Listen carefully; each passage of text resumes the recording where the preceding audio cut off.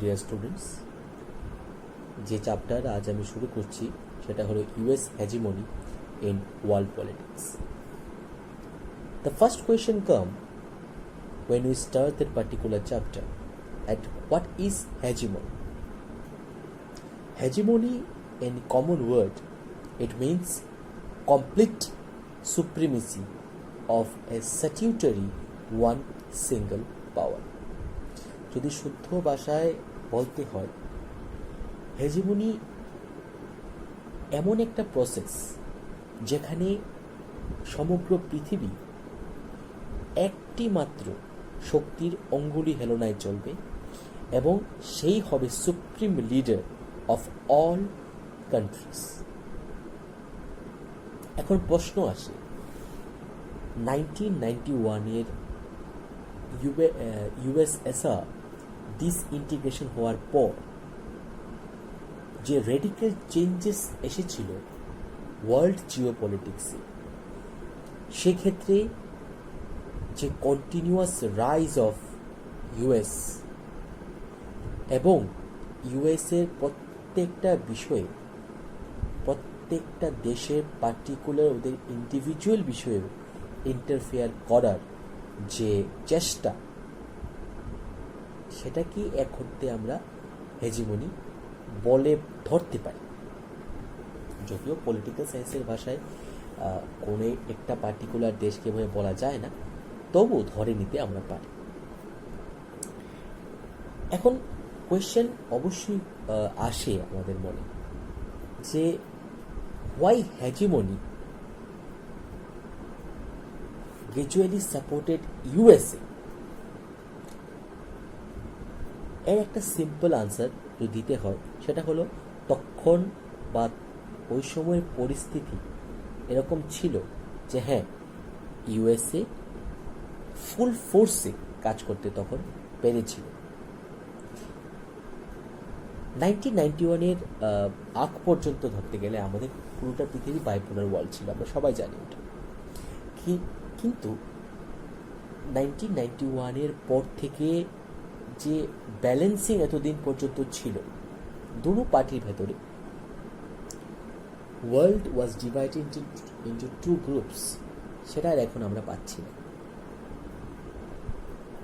সেই ডিসব্যালেন্সিং পজিশনে আমেরিকা স্বভাবতই চেয়েছিল ওর যা ইচ্ছা তাই সে করবে, এবং তার সেই চাওয়া পাওয়াগুলি বিভিন্ন ক্ষেত্রে আমরা দেখি, এবং সেগুলি আমেরিকার ফিউচারে কতটুকু ইমপ্যাক্ট করেছিল তা আমরা এই চ্যাপ্টারের পরবর্তী যে পার্টগুলি নিয়ে আসব সেগুলিতে আমরা অবশ্যই ভালো করে ডিসকাস করব। আমাদের আজকের এই ভিডিও অতি সংক্ষিপ্ত একটি ভিডিও হবে, কেননা এই স্টার্টিং পয়েন্টটা আমি তোমাদের ক্লিয়ার করে দিতে চাই যে 1991 থেকে শুরু করে up to at least 2003, that particular approx 10 years or 12-13 years period is called the period of USA hegemony in world geopolitics in all aspect. Say economic হতে পারে, সে পলিটিক্যাল হতে পারে, সে স্ট্রাকচারাল হতে পারে, যেগুলি এই অধ্যায়ের পরবর্তী ভিডিওগুলিতে আমি একদম বিস্তৃত আলোচনা করব। মনে রাখার বিষয়, ওয়ার্ল্ড যখন একটি ইউনিপোলার ওয়ার্ল্ডে পরিণত হয় after disintegration of Soviet union, আমাদের কাছে অপশন কিছুই ছিল না।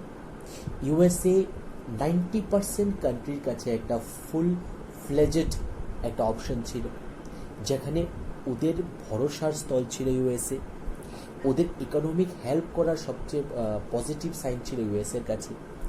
USA in that period of time see lot of MNC companies rised up in that particular period, and those companies are very familiar to us. Just নাম বলবো, তোমরা relate করতে পারবে নামগুলোর সাথে। Pepsi, Coca Cola, Domino's, Pizza Hut, Quintus, Cadbury, Johnson and Johnson, P&G means Procter and Gamble, আরও বহু কিছু। অ্যাপেল ওয়াজ দেয়ার, মাইক্রোসফট ওয়াজ দেয়ার, ইউটিউব 1999। সো যেখানে আমাদের প্রত্যেকটা কাজের ক্ষেত্রে আমেরিকান এমএনসি কোম্পানিগুলি কাজ করে যাচ্ছে, যেখানে ইকোনমি ওদের হাতেই চলছে, যেখানে ওয়ার্ল্ড ইকোনমিক যদি সুপ্রিমেসি দেখাতে হয়, ইফ অ্যাজ এ কান্ট্রি তোমার কাছে যদি ইউএস ডলার রিজার্ভ স্টকে না থাকে, তুমি পাওয়ারফুল না।